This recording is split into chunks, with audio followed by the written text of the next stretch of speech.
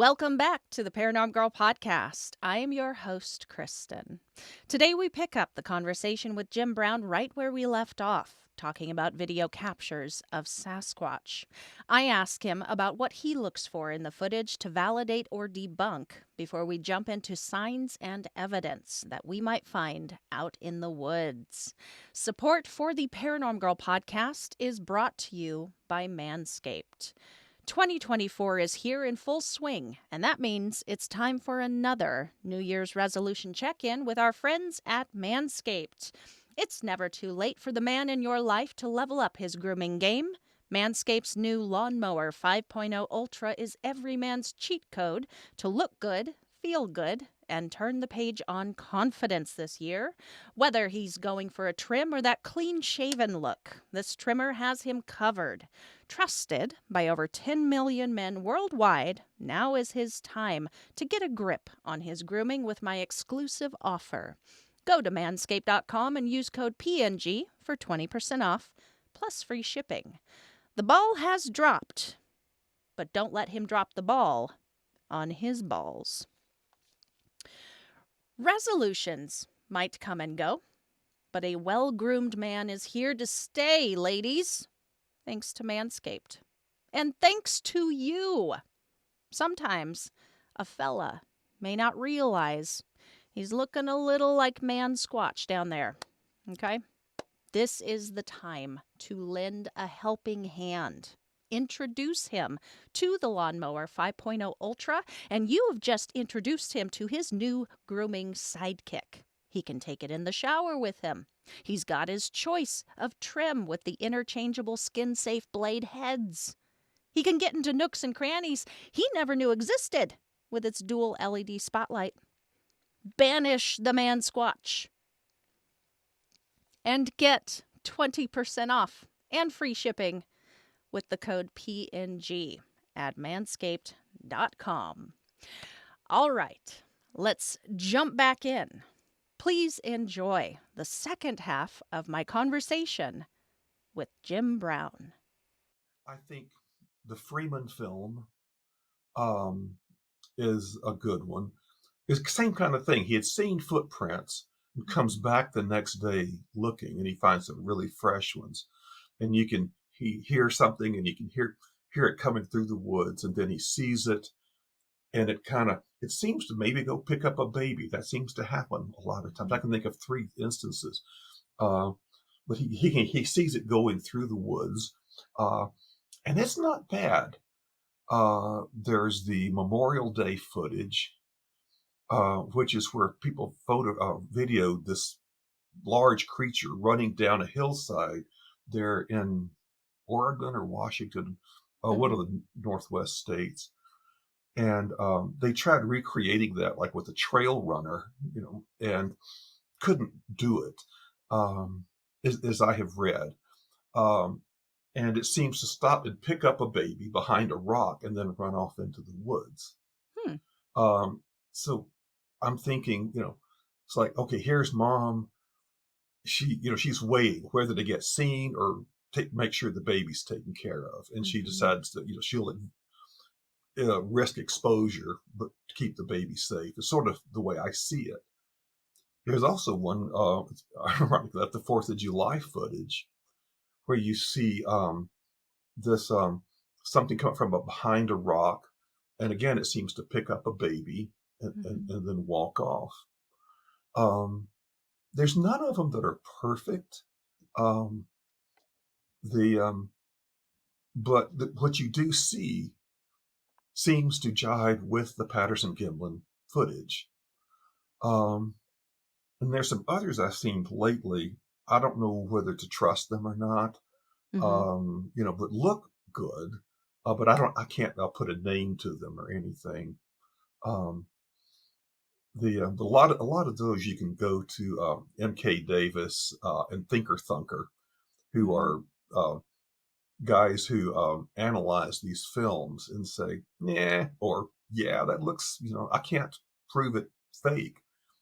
And they're worth going to, and they've got a lot of them. Yeah. I would also throw in there just for my listeners, check out Sasquatch Syndicate. They do a little theater, like 5 to 10 minute video review every week. That's excellent, and Oh, they'll rate it cool. too. Yeah, Oh, excellent. throw Okay. that in there since we're talking about it. Well, how if we are to properly be skeptical of these videos and decide for ourselves, like, okay, this is compelling enough. I think this is just as legit, if not more, of course, of the PGF. Like, how should we be looking for certain things in the video? Do you look for certain things when you're looking at the videos? Yeah, and I actually almost got taken in by one not long ago that was here in Colorado, actually, video that was taken from the train. Oh Yeah, yeah, and yeah. my first thought was that looks pretty good, but then I started Mhm, looking at it, and it had long arms, but the hands were floppy. They seemed to be floppy, and hmm, when it sits down, it's set just like a person, yeah. rather than something whose legs were entirely different construction. Um, and then as it turns out, then the guy who did it, who I've seen before at some of the conferences, he says I did it. Um, Oh, yeah. so, but I tend to look for proportions. Mm, Um, long arms, shorter legs. Knees bent if you can see that. Um, the just the movement. Does it look too much like a person, or is it? I mean, these things are huge. They're mhm, big, they're bulky, but they're incredibly fast and agile. Um, the I kind of look at the settings sometimes. There's a great film of one wading. Somebody sees it wading through a swamp. mhm. Now I'm thinking, okay, are you going to go wading through a swamp wearing big old fake feet and a helmet where you can't see, where you've got alligators and cottonmouths? You know, are you going to even risk doing that in the first place?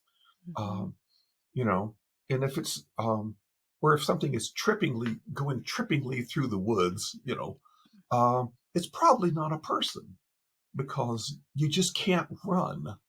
And those big old fake feet and a helmet, you couldn't run through rough terrain anything more than a sidewalk, and probably not even that. Yeah. I mean, I've never tried putting on a gorilla suit and running down a sidewalk, and you know, God willing, I never will. But the if they're running very agile, if they're very agile, they're in the woods. That's a good sign, Mhm. um, because sometimes even at the best of times, just rocks and stuff in the ground and in the mountains and stuff, it makes for slow walking.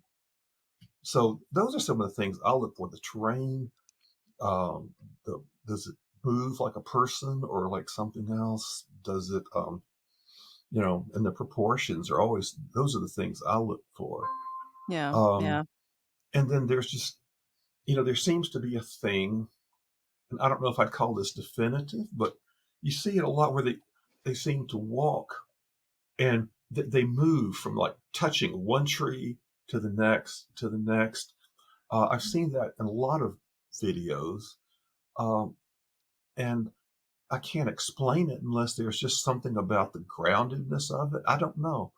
But like, when you get up in the middle of the night and you're staggering, you're kind of walking and you're touching the door, um, maybe you're not old enough to be for that to be the case, but I'm old enough.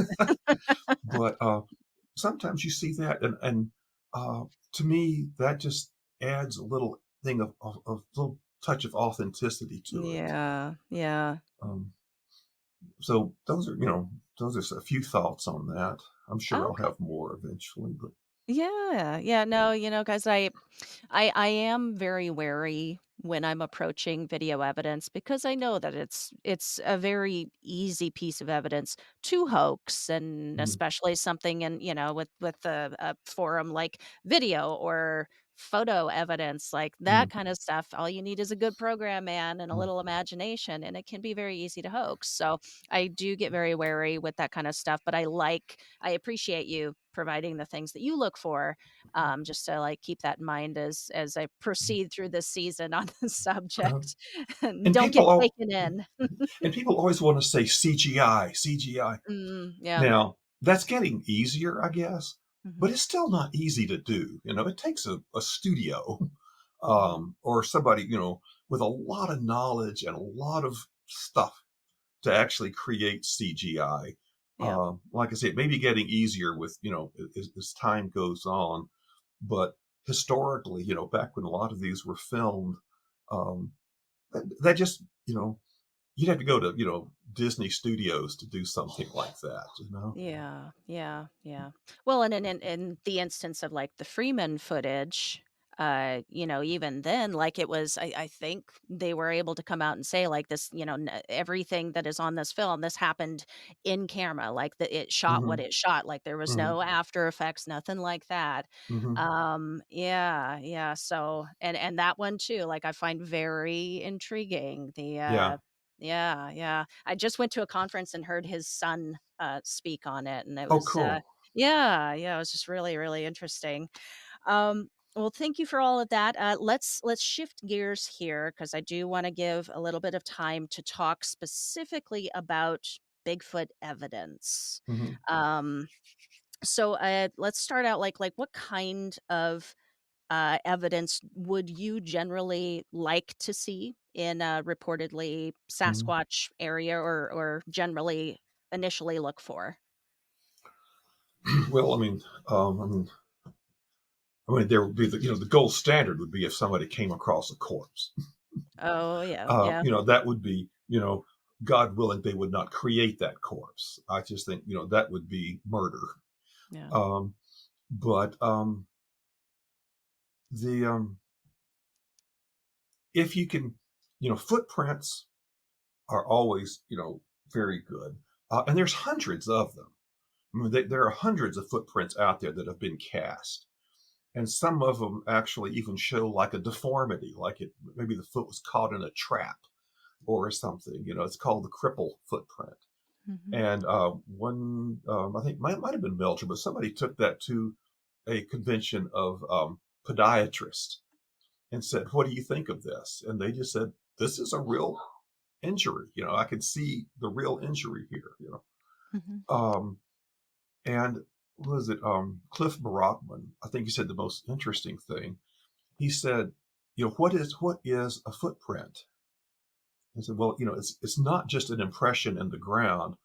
It's a record of the interaction between the foot and the ground and the subsurface. Every footprint is going to be different because at any given moment you're shifting your weight, the ground is shifting.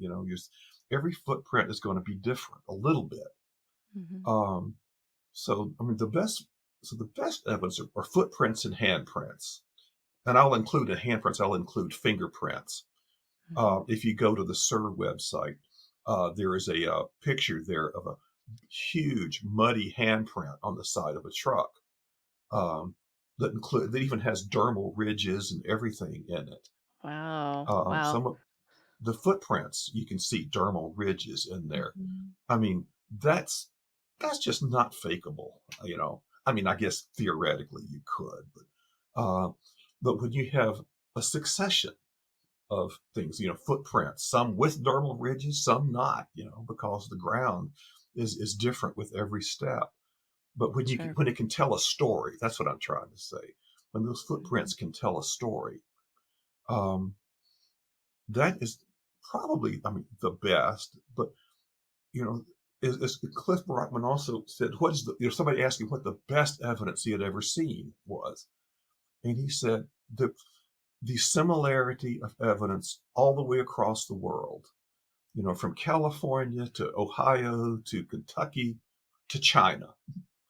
Um, and where he was there, and they said, "Oh, you have these in America too," um, you know, and you're seeing the same sorts of things all the way across the world.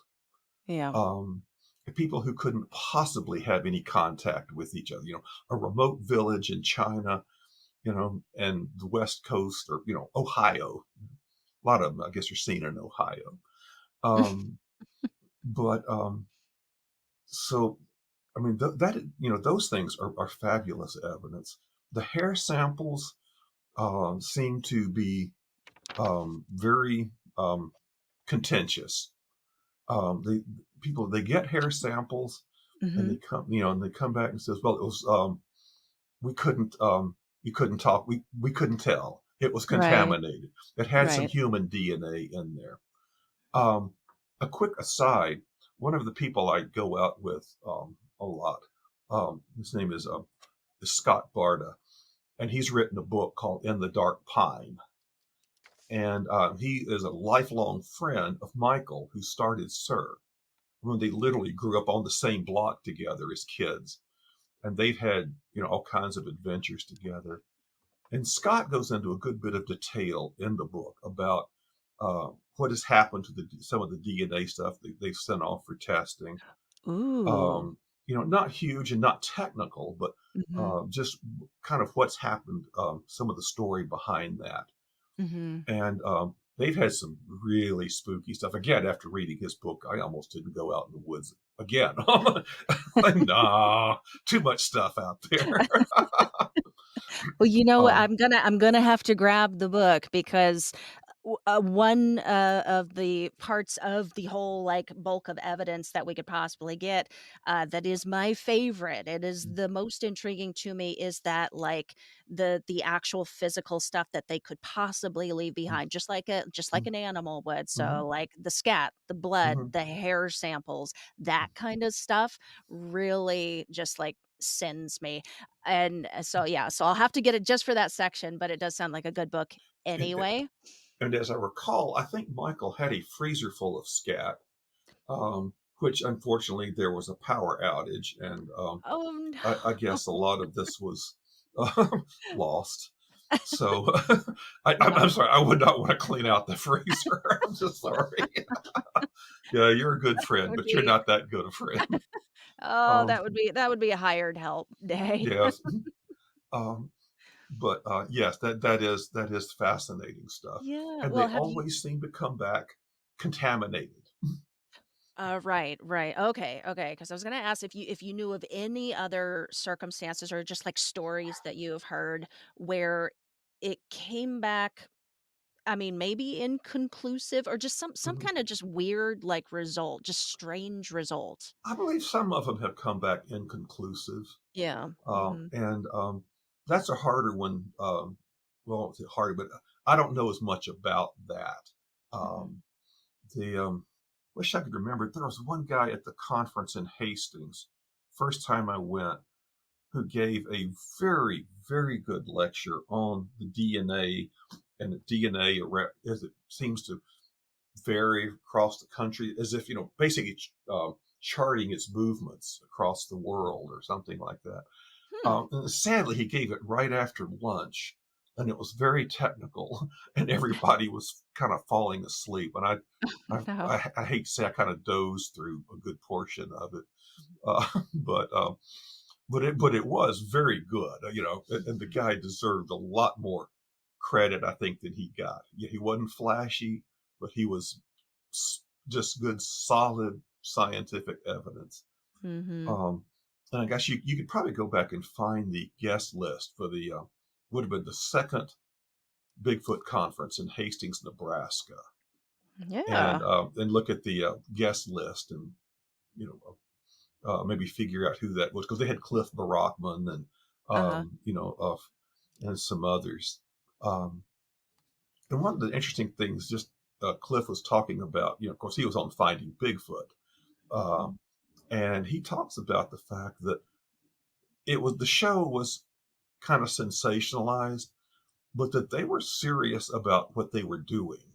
Right. And when they found that the producers were kind of manipulating stuff to make it look like this, said they went on strike and they weren't going to do it until they Yeah. fixed it.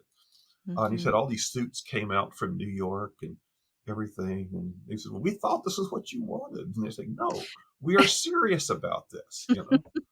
Um, so my respect for them went up hugely when I heard the Yeah. story. You know? Mhm.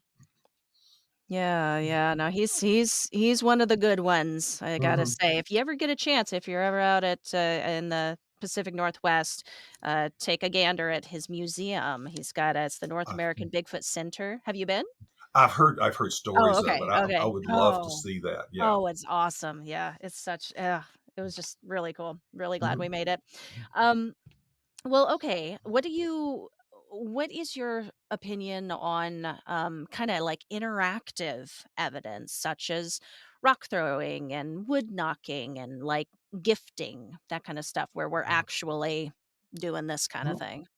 well, it seems to happen a lot. Mhm. Um, Again, Scott and Michael, tell of of sitting at a table like a card table, and at their campsite, and a rock comes flying over the canyon a couple of 100 feet away, big rock, and it just, if I remember right, it landed right square on the table. Mhm. Um, I mean, if you could sign them up for baseball, I think they would just be amazing from what I hear. They'll hit you if they want to hit you. Um, there's somebody here, I think it was up in just in the foothills here hiking, and they something threw a rock at them. They threw a rock back, and this thing comes, and then a big one comes whizzing right by their head. Ooh. And they decided that little game, they didn't win that little game, and they just got out of there. Um, there's so many stories of Mhm. the rock throwing, um, that, I mean, something is throwing rocks, or there's a lot of people who have no interest in this or knowledge of it who are lying. Yeah. Um, the Some of the other interactions, whooping. Um, I don't know that really. I can't say that it does much. It hasn't in my experience. Other people have had better experiences, but I know, like, one person used to put on some of the um, Sierra sounds, put them on his car, stereo, and play them as loud as he could, hoping to attract something. But I'm saying, I don't know if you want to do that. You don't know what you might be asking them to do. You Yeah, might be yeah. asking them to perform a very unnatural act or something, and you know, uh, you want to be careful what you're saying. Or, but I know other people have had them standing outside the tent, and something is talking to them. Mhm. This is what they call it, the samurai chatter, because it seems to sound very Japanese. Hmm. And it's been analyzed by Scott Nelson, and two other people have looked at it. But Scott Nelson was a linguist in the Navy, as I recall, who has said it's language. It is absolutely Right. language. And others, uh, Kristen something, I could look that up, but and she says this is not manipulated. And Mhm. and other people have listened to these recordings, um, of this samurai chatter, of this vocalization, and it seems to be very, very real. And Right. like I said earlier about Moorhead, you you hear this, and it's kind of scary. you know. Mhm. Um, what other wood knocks I've heard, and I suspect it's just a way of um, letting somebody know who's where. Here's I'm here. Where are you? Or I don't know. It could be. I think they probably, if they know that they're there, like if you get to camp and are doing whoops and stuff, and Mhm. you see you setting up camera traps and stuff, they probably will set up. They probably have a sentinel. Would be my guess. Um, Ooh. Hmm. and so it's like, okay, they're awake. Mhm. I mean, who knows what they're trying to say? I mean, that's what I say. We know almost nothing about them. We surmise a lot. We know that they seem to smell bad, oftentimes, not always. They smell really bad. We know that they are big, that they're strong, um, and for the most part, they seem not only neutral, but sometimes even quite benevolent. Um, People have told of you wake up in the morning and finding all their firewood stacked under the tarp. Uh, Either Oh, that or that would be nice. yeah, I mean, maybe it's elves or fairies, and not Bigfoot. Who knows? But I've heard stories of them being very benevolent, Yeah. um, and curious. They seem to be very curious. They seem to have a sense of humor. Mhm. Um, One of the things that Michael has experienced and others is to have them come running through the camp when it's pitch black, um, and even bumping into people, and they just seem to have a sense of humor and really like to mess with your head. Mm, Um, mhm. so I think they could be really fun if they didn't tear you apart like the sheep that I mentioned earlier. Ooh, very well, but very interactive. That's interesting. Well, so Jim, I'm just gonna ask you one more question that I had in regards to evidence, Hmm. and then, we're gonna move into our final segment here, but I wanted to ask you this, because, you've studied the evidence for quite a bit longer than I have, and I have been grappling with this concept of like this non-connected evidence, like it's more so assumed that it's being caused by Bigfoot, Hmm. Hmm. like tree structures or Hmm.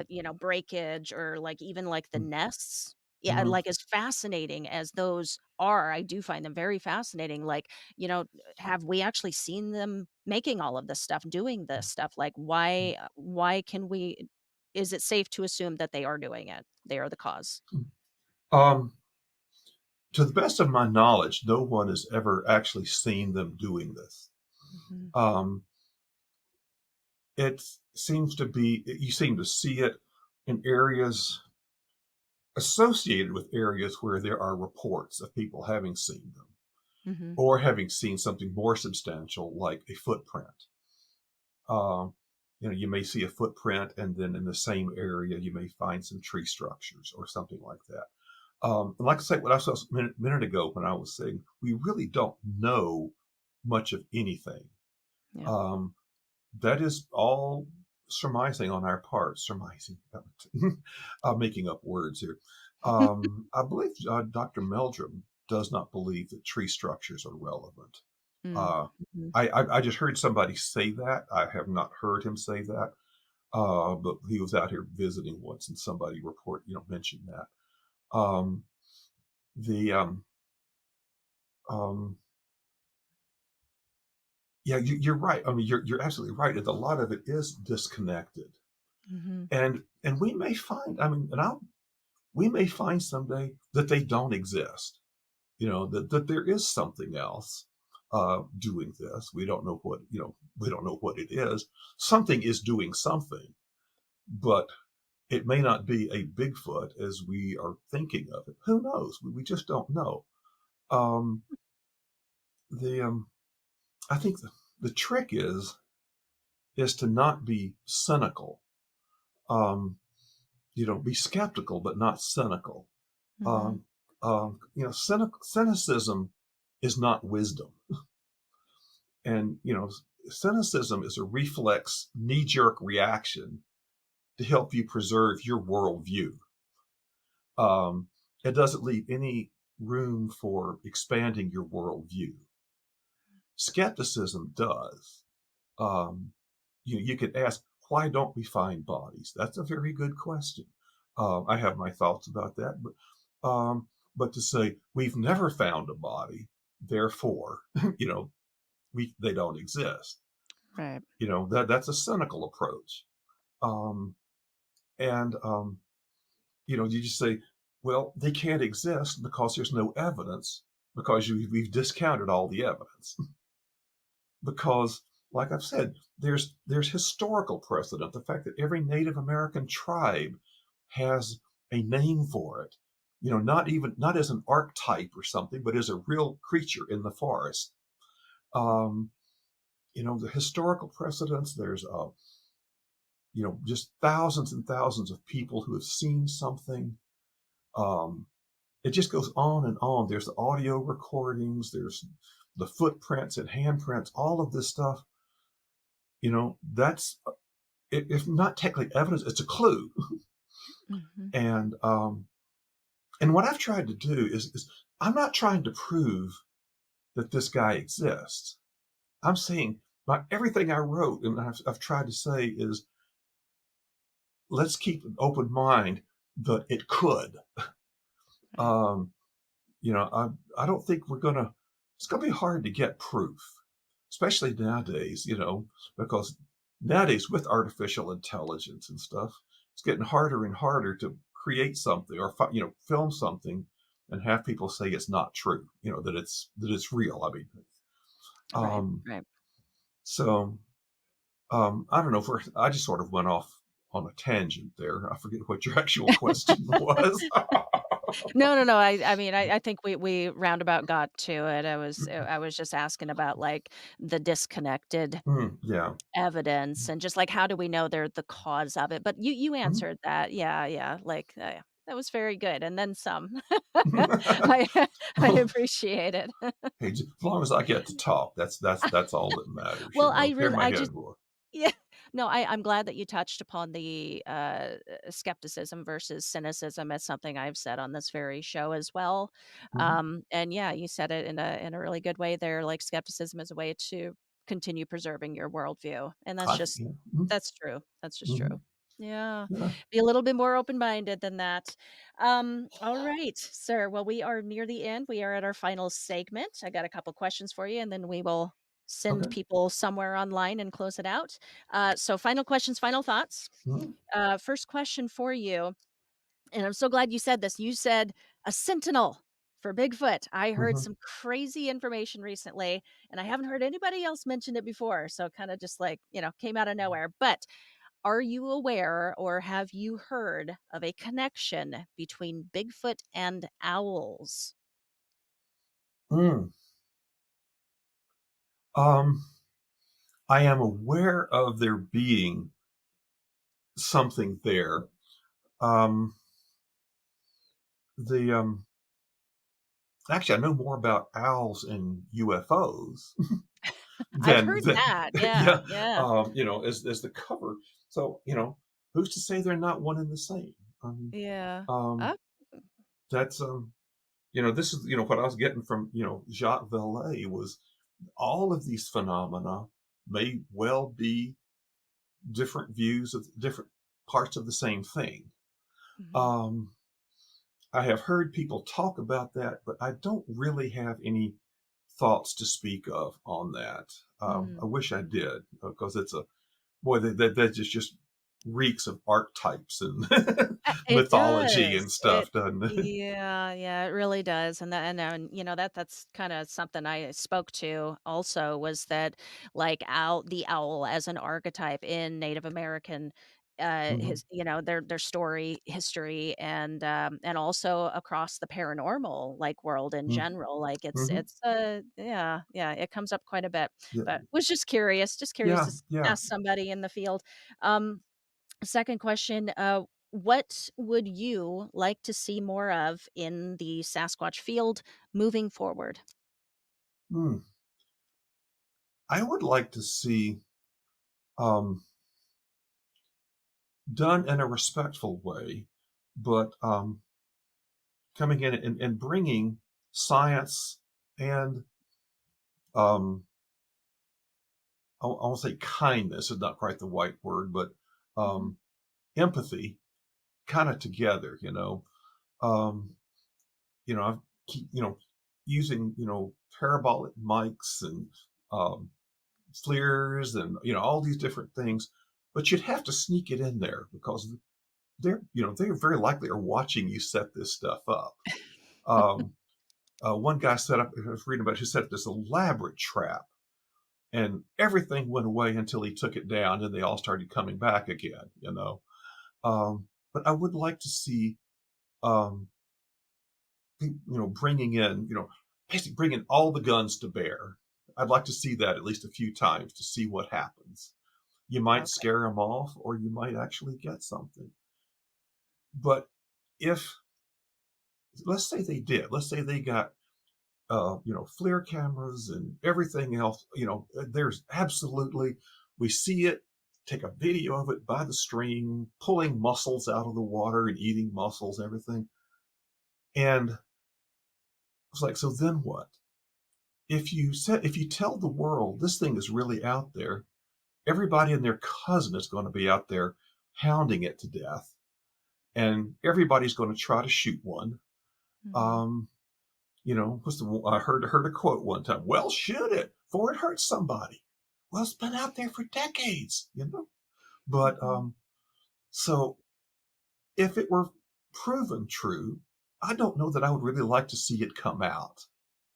Um, if I were ever able to catch a perfect photograph, my thinking is I would have a little thing at my coffee shop one night, bring in all my friends, especially the cynical friends, and say, Mhm. "Here, there you go," and then hide it away and never show it again.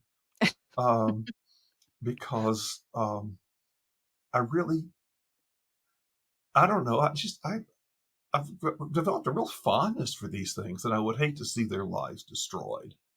And I Mhm. even feel kind of guilty sometimes going out there thinking, they're going, "Oh God, here's another guy out there." God, now we have to go the long way around to get to the water source because we got these guys here. Um, Yeah.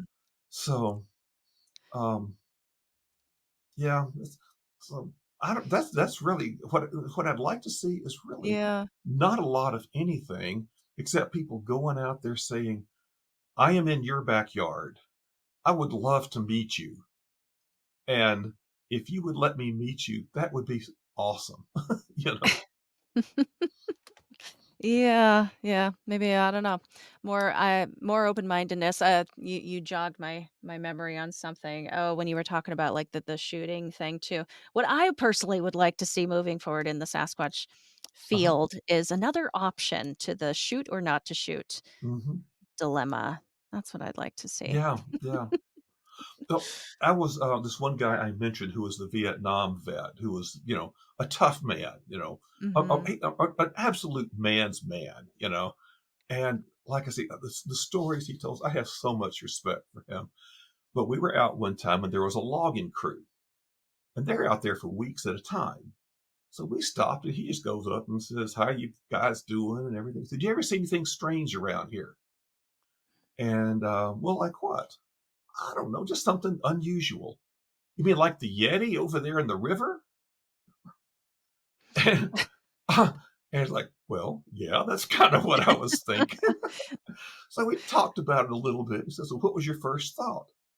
He says, "Well, I wished I had my gun. I wanted to shoot it."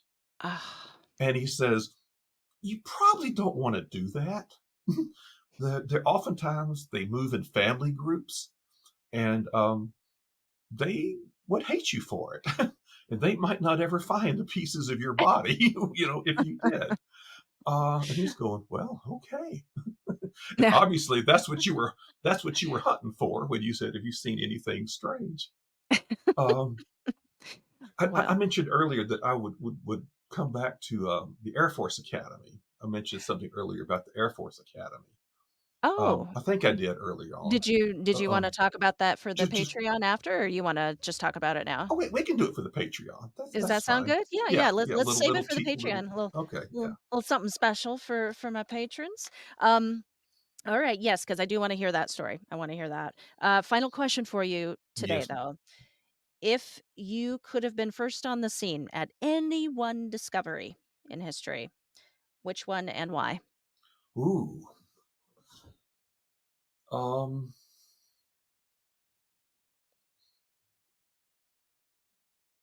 Boy, I have a thing for physicists. I love physicists and physics. Mhm, I would have loved, I think, to have been around. What's the story of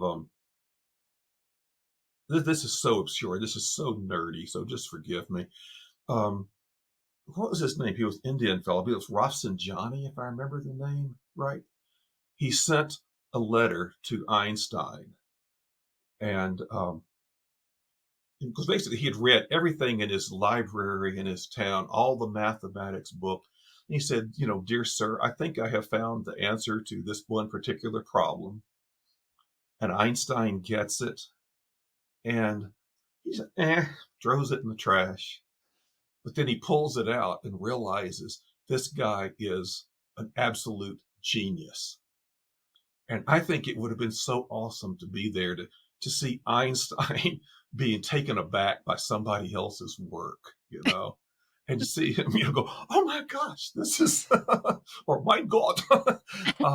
I just, like I say, that's nerdy beyond belief. But I think that would have been a really, really thrilling moment.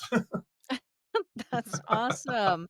That was so unexpected. I wasn't expecting that. Thank you. That Well, I was mean, awesome. I also want to go to Antarctica, but Well, what, like we were so what, saying, time doesn't exist. Nothing is real. You can. You can. what would be your fit one if you had a choice? What would be play one you would like to see? Oh gosh, I would have liked to have been there to see what really happened for the Roswell crash. Oh Just God, yeah. standing on the ranch field and just watching. What did something actually happen? What crashed? I don't Oh know. yeah, And oh yeah. discover that, just be first on the scene and see That that. that's a real good one. I just finished reading for the second time Witness to Roswell, Ooh. um, and it was just everybody they could find. There's like 600 basically witnesses Mhm. to this whole event, and he interviews a lot of them. Yeah, yeah, that's a good one. I'll tip my hat to you on that. Thank you. Thank you. All right, Mr. Brown. Here at the end, Oh, where excuse me. would you oh, you're good. Where would you like to send my listeners to find out more online? If there's anybody you want to shout out, any websites that you can send them to? Well, like I say, I don't have any online presence. I'm an old guy, and all this stuff just confuses the daylights out of me. My friend Patrick is just starting up his, but I don't even know a name yet. Okay. Patrick McMillan is his name, but I don't know how it's going to show up on line. But I can get you that information later when I know more about that. Absolutely. I would strongly suggest people look up M.K. Davis and Thinker Thunker um, as far as good quality videos um, where they're both just getting there and pick them apart, stabilize them, zoom in, do measurements, and those are really really good um, sources to just see a whole bunch of things and kind of see some of the thinking that smart people use. All right. Yeah, of course, go to the SIR website too, Sasquatch Investigation of the Rockies.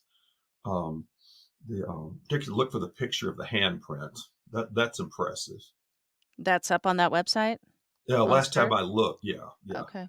Yeah, I'll check that out. All right, Jim. And to close us out, do you have any final thoughts, words of wisdom, or a piece of advice? Um, Sleep with the lights on. That sounds familiar.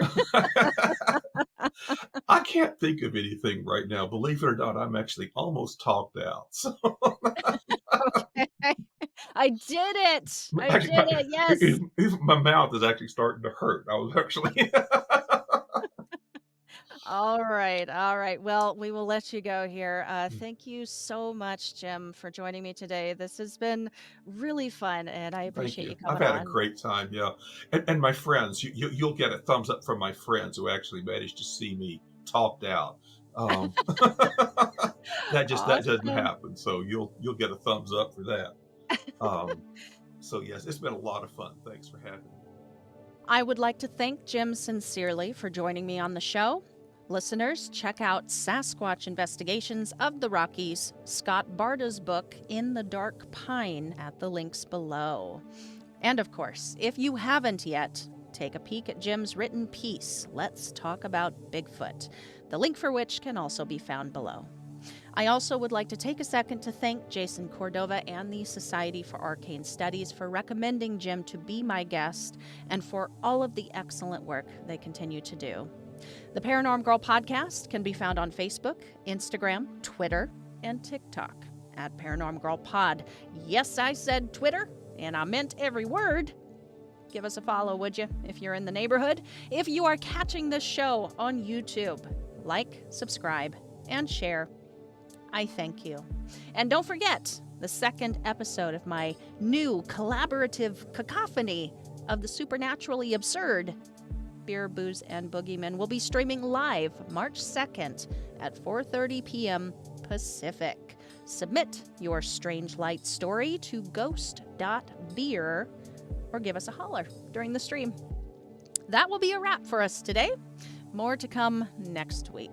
Whatever you may be doing and wherever you may wander, stay safe, keep the nightlight on, and sleep with one eye open.